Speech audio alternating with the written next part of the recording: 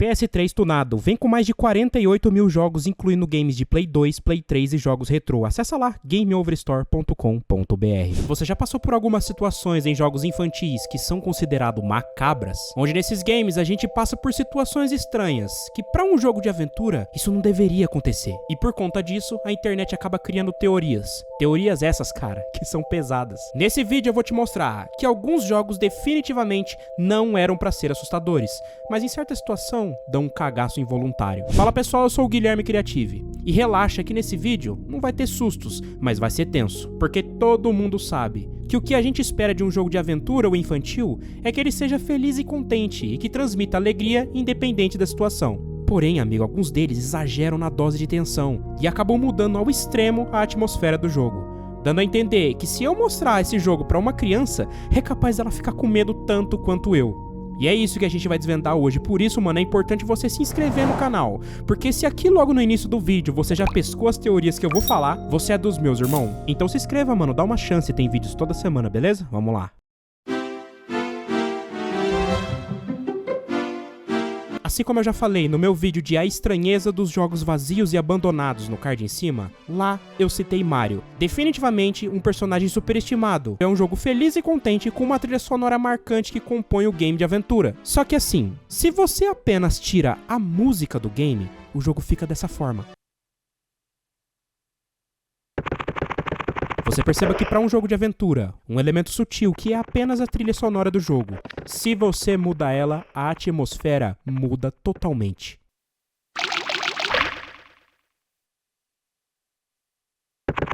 O cenário fica estranho, te fazendo ficar em alerta, como se algo fosse acontecer. E as pessoas que já são acostumadas com a vibe normal do game, acabam ficando incomodadas assim como eu. Comenta aqui embaixo que tipo de sentimento te transmitiu essa sensação no jogo, mas assim, esse não é o ponto do vídeo.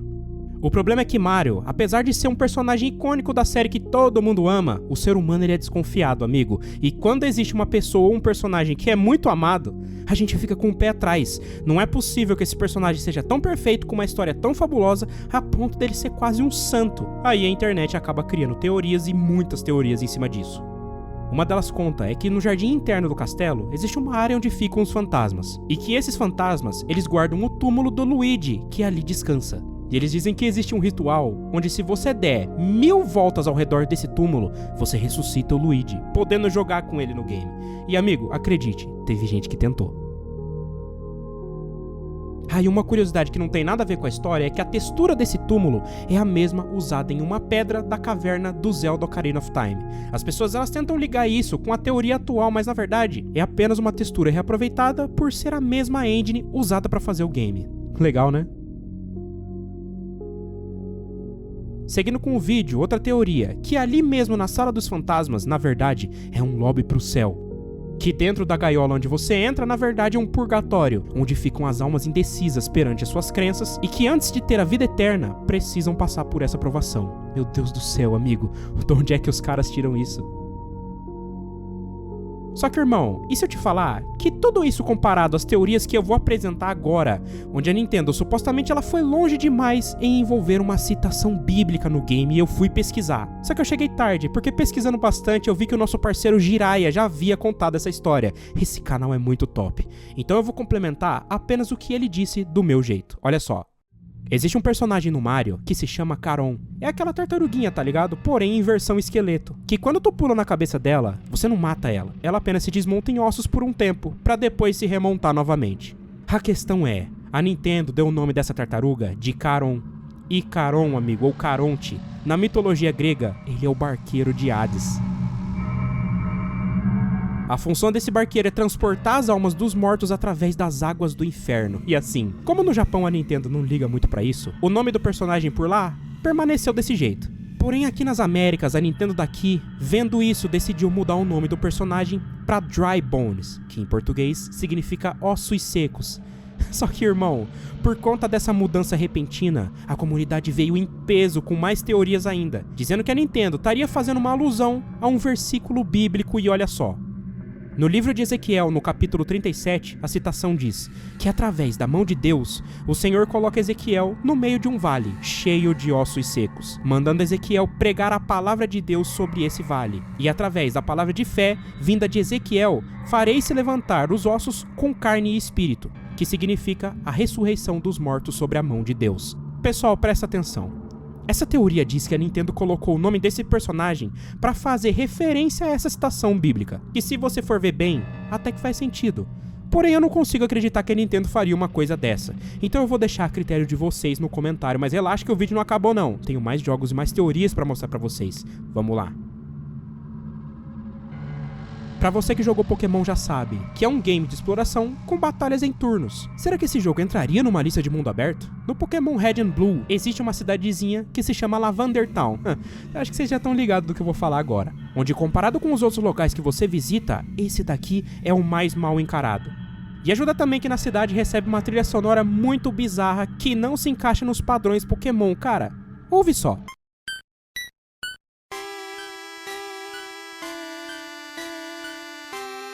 E uma coisa que também não ajuda em nada é o fato de que nessa cidade tem uma torre que funciona como um cemitério de Pokémons, que pra mim já começa errado, porque eu jamais imaginava que Pokémon morria, foi fazendo esse vídeo que eu descobri a parada. Só que olha só, o problema é, Lavender Town, por ser uma cidade que não faz parte do padrão Pokémon, acabou sendo lar de muitas teorias da famosa Creepypasta, que são histórias de terror criadas pela internet, que resumindo aqui, de uma forma que o YouTuber não me persiga, a trilha sonora tocada nessa parte da cidade, essa música faz com que muitos seres humaninhos na época, que têm idade mínima, fossem de F, cujo tom e frequência dessa música aguçava o ouvido dessas pessoinhas por serem mais sensíveis e fazendo com que elas, né, tu tá ligado. Em fóruns por aí no Reddit e tal, você encontra essas histórias mais detalhadas com muito mais teorias aprofundadas, que é muito macabro pra um game de Pokémon. Eu definitivamente não quero ler, cara, eu gosto muito desse game. Vamos pro próximo. Sonic é aquele game do ouriço que corre ligeiro, resumiu o jogo todo. E o que eu vou mostrar aqui se passa no primeiro jogo da franquia. E mano, olha só, foi uma coisa que eu aprendi da pior forma possível. Eu acho que muitos aqui já tá ligado do que eu vou falar. Se você fica parado na fase por muito tempo, o Sonic ele fica impaciente. E ele não quer esperar você se mexer, e ele acaba pulando no abismo por vontade própria. Irmão, o bicho se mata, velho. Só que antes fosse só isso, porque logo depois em seguida aparece uma música com umas risadas macabras de fundo. Olha só, irmão.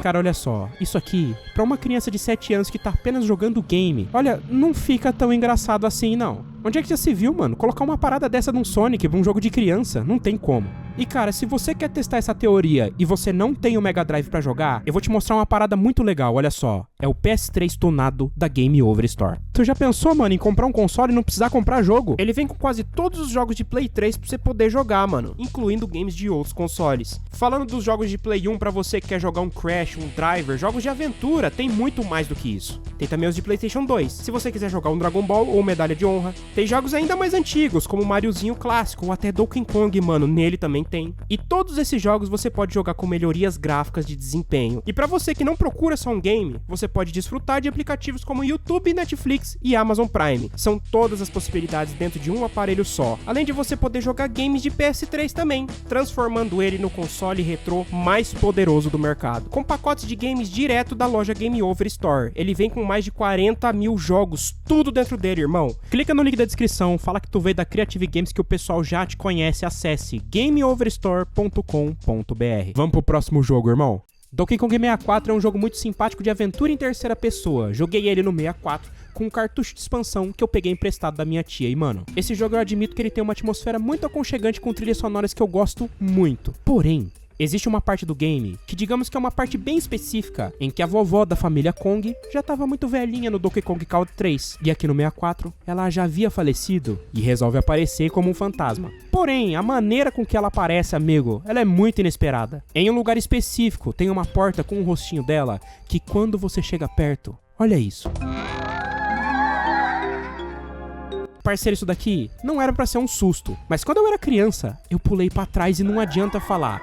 O menininho que abriu a porta na inocência, sem suspeitar de nada e tava jogando de madrugada, deve ter tomado um susto bonito que nem eu tomei. E ainda bem que no game ela diz pra você não ter medo, que ela tá ali pra ajudar. Imagina se não tivesse. Da próxima vez chega um pouquinho mais devagar, né?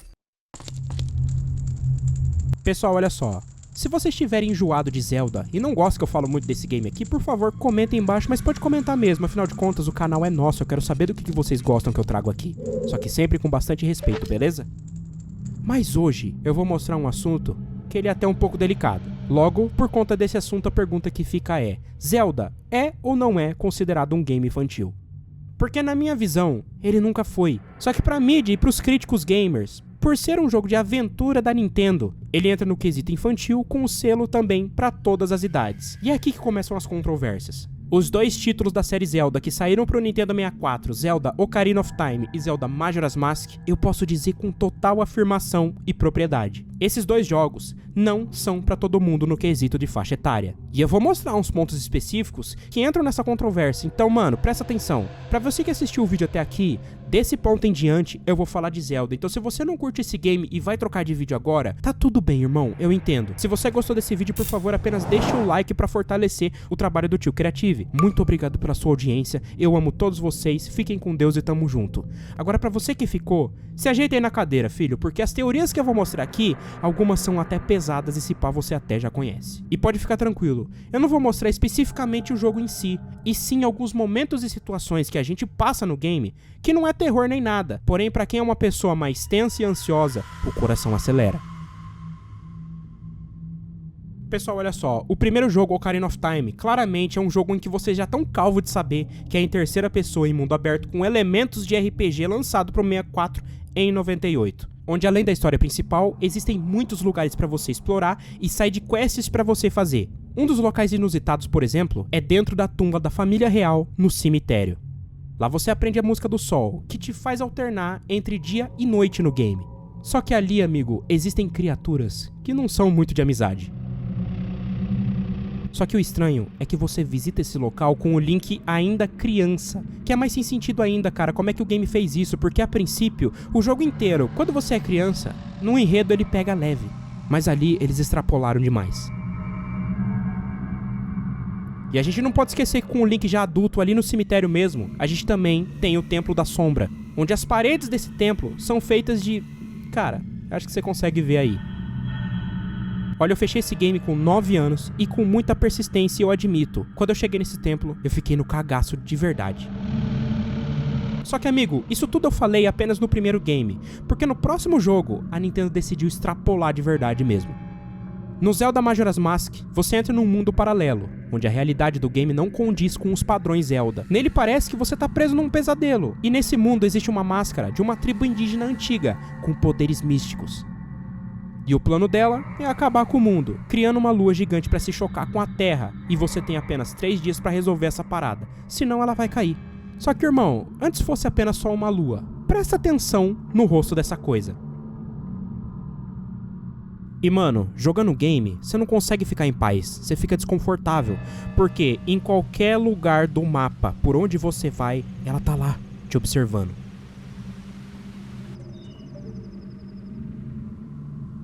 Pra um jogo que carrega o selo de uma faixa etária livre pra todas as idades, fica meio esquisito, né, Nintendo? Ainda mais que eu fechei esse game com 11 anos e o cagaço que eu tinha dessa lua, eu tenho até hoje. Outra coisa também vale lembrar, que esse game também é muito mais lotado de creepypastas, como uma delas que fala que o enredo foi construído em cima dos 5 estágios do luto, que no passado também fiz um vídeo totalmente focado nesse assunto no card em cima, caso você queira ver, esse vídeo é antigo. E a gente também não pode esquecer da lenda do cartucho amaldiçoado de Zelda Majora's Mask, onde nele habita o espírito de uma pessoa que morreu afogada, que era a dona desse game. E quando você bota o cartucho pra rodar, no jogo acontecem alguns eventos que não condizem com o game.